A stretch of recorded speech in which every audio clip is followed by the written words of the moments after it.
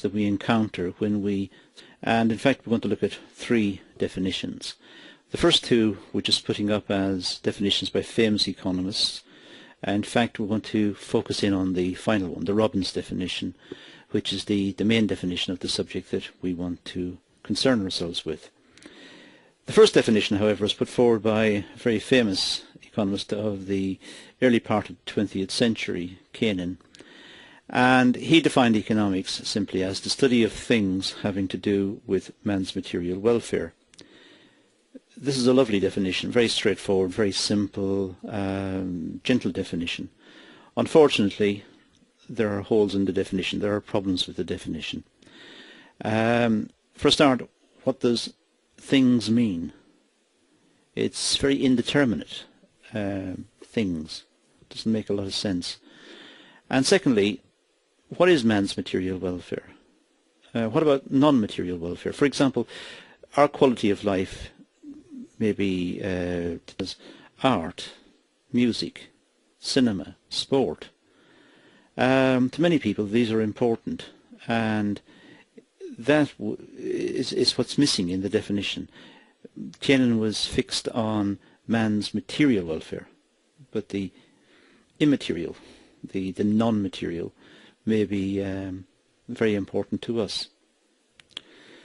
Marshall's definition, Alfred Marshall in the 1890s, this is one of the big names in the subject.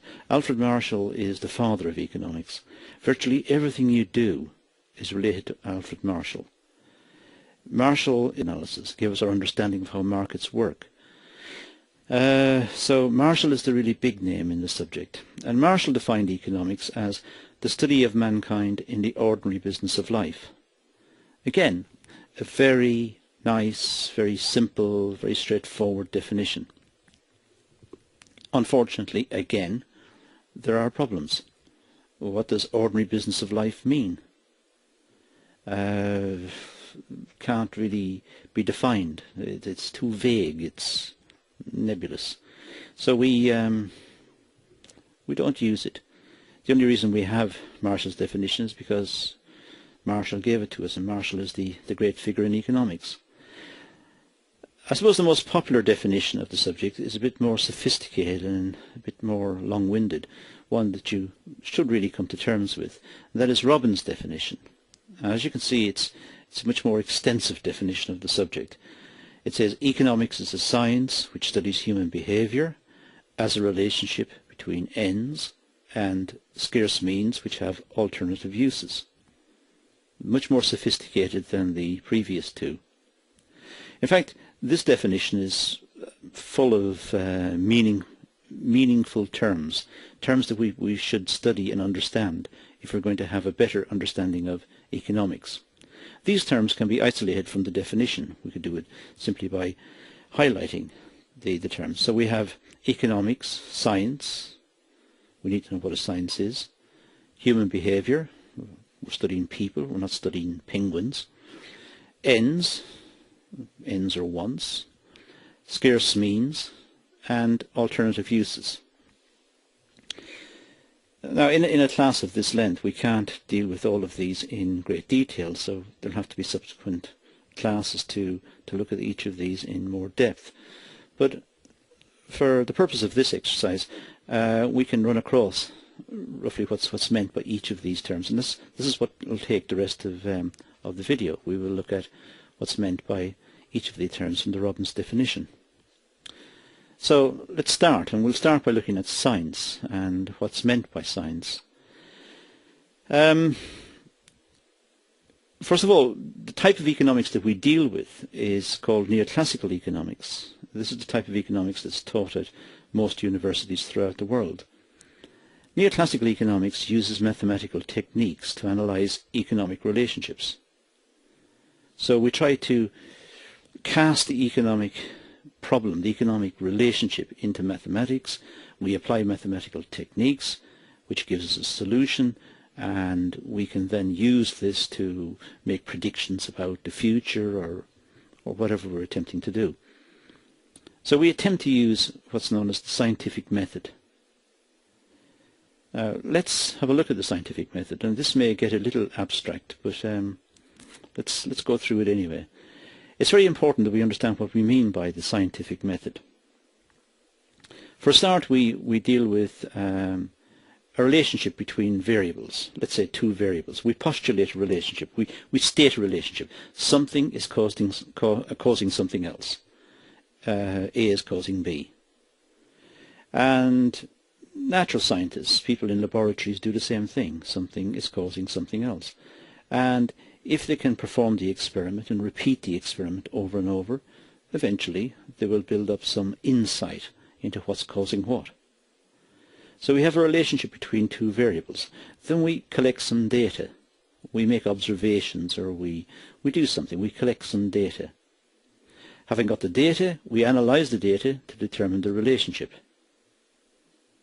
And if we can do this over and over and over, this process may lead to generalizations.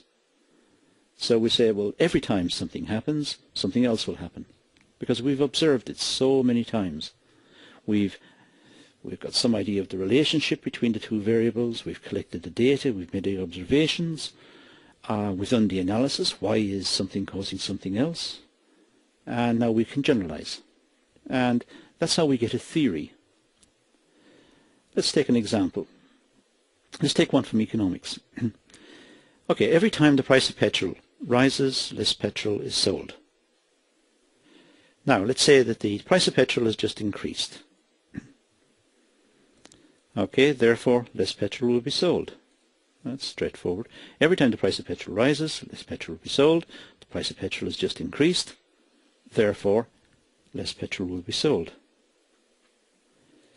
Okay, let's go back to the first statement, the first part of that statement. The first part of the statement is every time the price of petrol rises, less petrol is sold.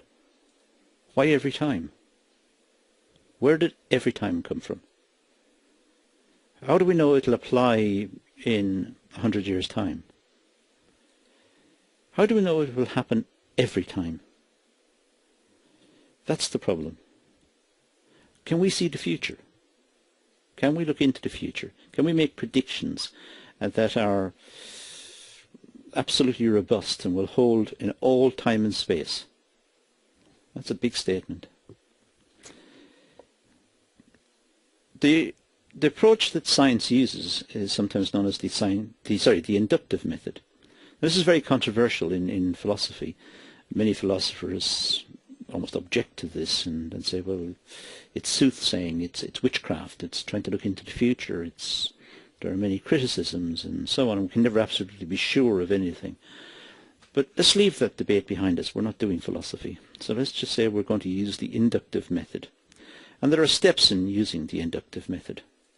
I suppose the most basic principle here is the principle of enumeration. This means we can count up the observations. We can observe something, and if we can observe it many times, and the same thing happens every time, we start to have confidence. Every time it happens, something else happens, therefore. So what we do is we make observations. For example, let's just move away from economics for our example. Let's just say we observe the characteristics of swans. Swans being a famous example in philosophy. Let's say we observe the characteristics of swans. Now, we go for some sort of generalization about swans. Well, the generalization is that all swans are white. How do we know all swans are white? Because we've always observed swans, and swans have always been white. So, we've generalized. All swans are white. We have induced it. We've induced it from our observations. Let's do this with symbols. A little bit more abstract, but let's just establish the principle here. We say that all A is B. All swans are white. Every time the price of petrol rises, less petrol is sold. All A is B. So, the example, every time the price of petrol rises, less petrol is sold. Let's stick with that example. Now, here we've got two parts to the statement. We've got the price of petrol, and we have less petrol is sold.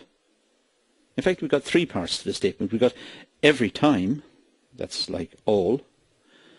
The price of petrol rises, that could be A, and less petrol is sold is B.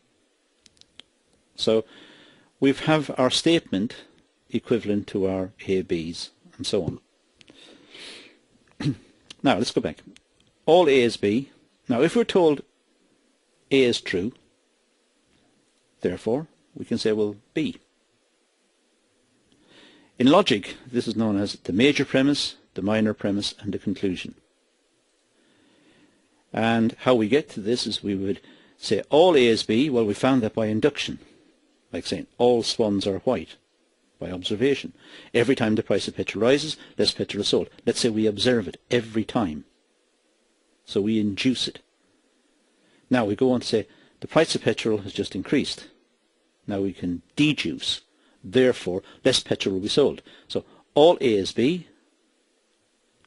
We got that by induction. Then we deduce, given A, we deduce B. That's how we talk, and so we think. That's logic. In economics, however, there are disagreements.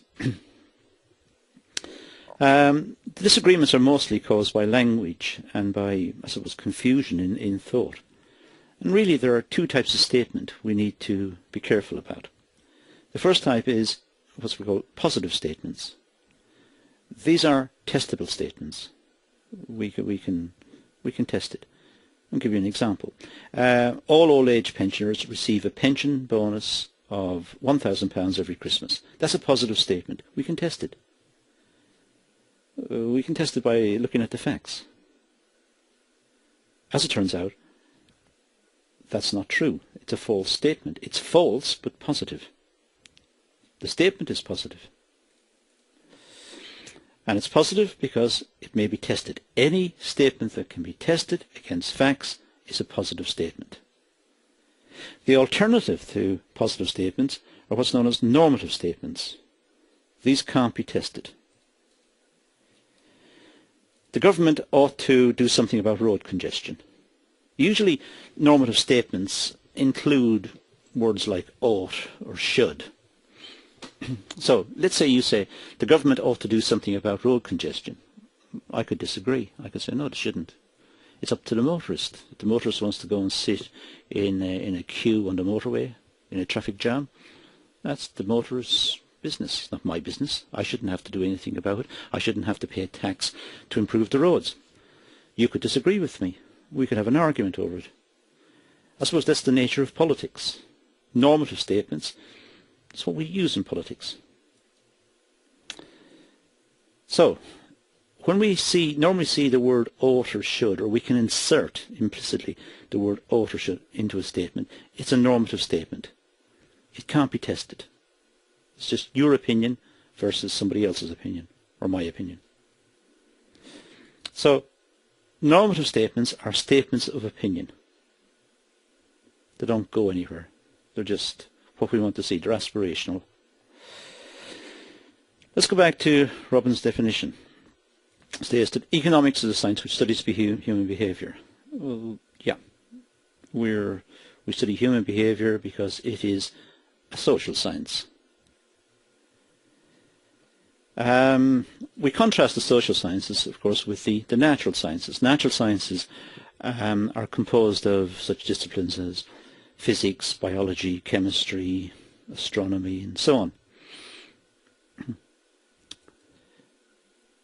In the social sciences, relationships are very complex. We're dealing with people, and people have peculiar psychological and cultural backgrounds that make them all different, and we have too many variables to account for, and the variables are changing rapidly because of different forces in society. So in the social sciences, we have very complex relationships.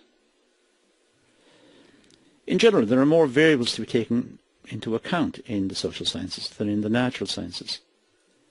So maybe that's why economists and sociologists and so on, we get it wrong quite a lot of the time, because there are so many variables. It's not that the approach is wrong, perhaps it's just simply because of the complexity of the problem. The subject matter in the social sciences, man,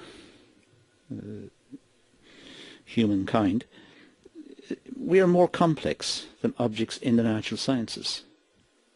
In fact, we don't like to be predictable. If we're told we're predictable, it's almost a term of insult. We want to change our opinions and the way we are. We want to change our style of living. We don't want to be predictable. So the whole problem of predictability almost arises from having to deal with mankind. There are some economists, the Austrians, for example. These are not economists from Austria. They originally started in Austria back in the 1870s.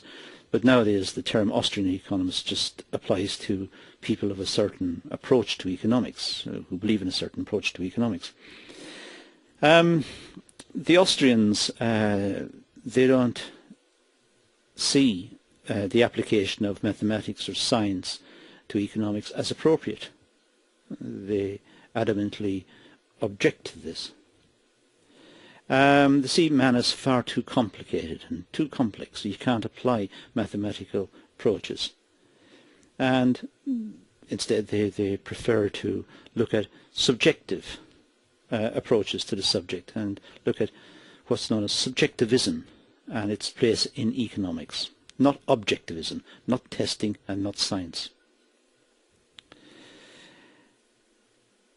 As far as neoclassical economics, the economics that we deal with predominantly in our study of the subject, as far as we're concerned, we recognise that there are far, far too many variables to take into account, and we've all got fairly small brains and we can't cope with the complexity. So what we do instead is we try to simplify it by making an assumption. The assumption is in Latin. It's a Latin term we call Ceteris Paribus. We try to get rid of all of the complexity and just focus on simple relationships. Of course, in a way, it's almost like cheating, but we recognise it explicitly. We say such and such will influence something else, Ceteris Paribus. So one thing will influence the next thing, Ceteris Paribus. So we are being explicit about what we're saying. It means everything else being constant. So you'll see the use of Ceteris Paribus more explicitly when we deal with supply and demand and the market. Let's go back to Robbins' definition. We're now on to ends and scarce means. Well, this really is the core of what we mean by the economic problem, I think, because ends may be considered as wants, and means is the way we produce the output that satisfies our wants. Wants lead to our demand for goods. Wants arise in our heads. It's a psychological thing. It's to do with what we want. And what we want is the satisfaction of our biological and cultural needs.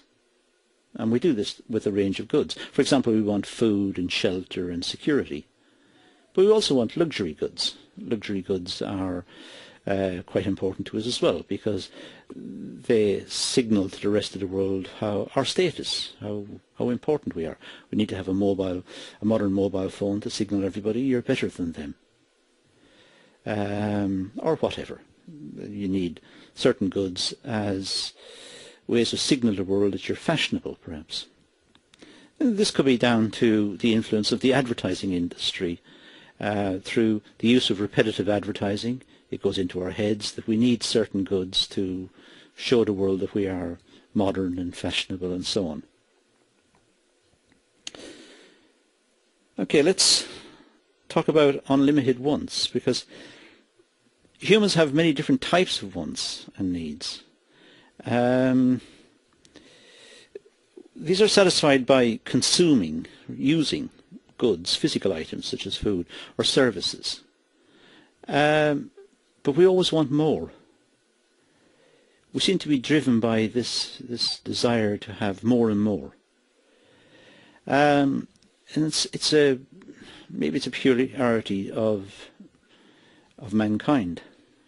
I don't know if other animals do it, but we certainly, we want more and more. We want bigger houses and faster cars and more holidays and better working conditions and so on. The problem is we're dealing with scarce resources.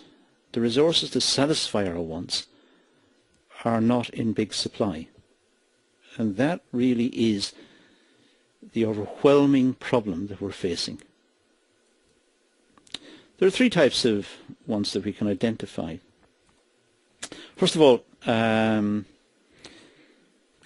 goods eventually wear out, so we need to replace the goods. Well, that's pretty straightforward. Sometimes new goods or improved goods become available, so we want to upgrade our goods. You have an old bashed up television and you want to have a new modern super deluxe one with surround sound and so on and so on. As new things come on the market, we have a desire to get newness. Sometimes we just simply get fed up with old goods. We've had it for a long time and we just want to change. So we have this idea of unlimited wants. The trouble is we've got limited resources. Commodities, goods and services, which are produced by resources, are called factors of production. And the factors of production are in scarce supply. We normally identify four factors of production: land, labour, capital and entrepreneurship. All natural resources we classify as land, so forestry, agriculture, fishing, mining, all of that would be land. We just group it all under the heading land. And the reward to this factor of production in the production process is called rent. Then we have labour, which is the physical and mental output of workers. The return to labour is wages. Capital is all man-made goods and machines. It's really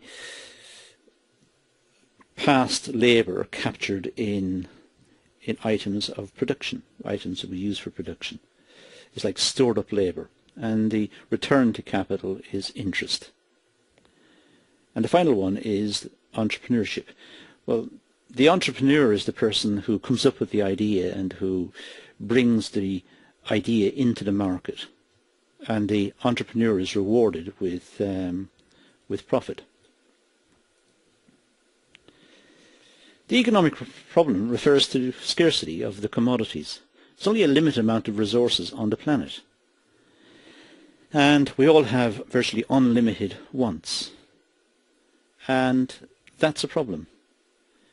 How do we resolve it? What is the key economic issue here? Well, this is actually illustrated by means of a very famous paradox, a paradox that was kicking around in Europe from about the late 1600s, and which wasn't resolved until Alfred Marshall in 1890.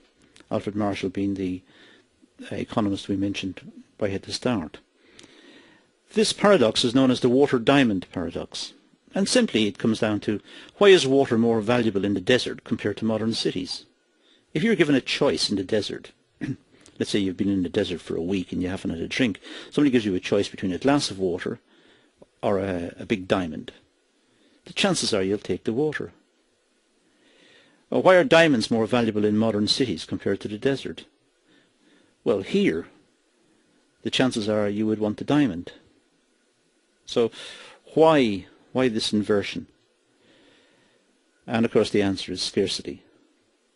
Water is very scarce in the desert, and diamonds are scarce in modern cities. So the more scarce something is relative to its need or to its want, the more valuable it will be. So a Rolls-Royce is more expensive than a Fiesta because there are fewer Rolls-Royces. Let's go back to our Robbins definition and look at the last term, which is alternative uses. When we talk about alternative uses, it introduces us to the problem of choice. Economics poses three questions. What goods and services should be produced? How should the goods and services be produced? And for whom should the goods and services be produced? Right, well, to get at the choice problem, let's look at something called the production possibility frontier. This is a curve. It's a diagram. It's a curve which shows the maximum outputs, the most efficient outputs from the combination of the factors of production. The most efficient outputs. Let's look at a table which will illustrate it. This is a table which relates the production of guns to the production of butter. Actually, this is a very famous example given back in the 1940s by a very famous American economist called Paul Samuelson. And it's actually based on a very famous speech in Germany in the lead up to the Second World War, in which the German people were given a choice between having guns or butter. Butter means all consumer goods. It didn't literally mean butter. So, possibility A, for example, would be to have one gun, or one set of armaments, and 21 units of consumer goods, in which case the population would have a lot to eat and drink and good lives, they'd have few armaments, and they would lose the war. If you have combination B, you have slightly more guns, but you've got to give up something. You've got to give up some of the consumer goods. C, you have got more guns. Combination C, you've got 3 guns, 3 units of armaments, so many ships, so many tanks, and so on, and 18 units of consumer goods, 18 units of butter. And it goes all the way down to G, where you've got maximum production of armaments and no consumer goods. Well, quite silly, actually, because most of the population would have starved to death because we're not producing anything. Anyway, if we draw this this relationship as a diagram, we get something like that. Of course, that's a much more idealized production possibility frontier. Nonetheless, it shows the trade-off between guns and butter. Now, if we insert in H and I into the diagram, well, H is possible because H lies inside the frontier. The frontier shows the most efficient outputs from the factors of production. H lies inside, so we could have more guns or more butter if we're at the point H, because H is inefficient. By improving efficiency, we can move to the frontier. I is not achievable. We haven't got the resources to get to I. I is outside of what we can produce. So I is just aspirational. Let's concentrate on H. If we look at H, if we just insert in some measurements here. Let's say we put in B1 units of butter and G0 units of guns. Now that will give us the point H. H is defined by G0, B1. But at B1, if we keep the amount of butter constant, we could have produced G1 of guns. So by improving efficiency, we could have got more guns. I can do the same with the diagram for more butter if I wanted to, but leave that for you to play around with. Here's the point D. We've got 4 guns, 15 units of butter. Here's the point C. We've got 3 guns, 18 units of butter. So to get one more gun, to move from C to D, to move from one more gun, from 3 to 4, we'd have to give up 3 units of butter. We have to move from 18 to 15. So the cost of the extra gun is 3 units of butter in this case. This is what's known as the opportunity cost. It's the cost of the next best alternative foregone. When the government builds a school, it can't build a hospital. It's used the money to build a school, let's say. The cost of the school is the hospital we didn't get. That's the real cost of the school. We can't have both. We can't afford both. You must have one, so we have to give up the other one. The opportunity cost of building the school is the hospital we didn't get. It's like the regret. It's the next best alternative we've given up. Let's go back to the production possibility frontier.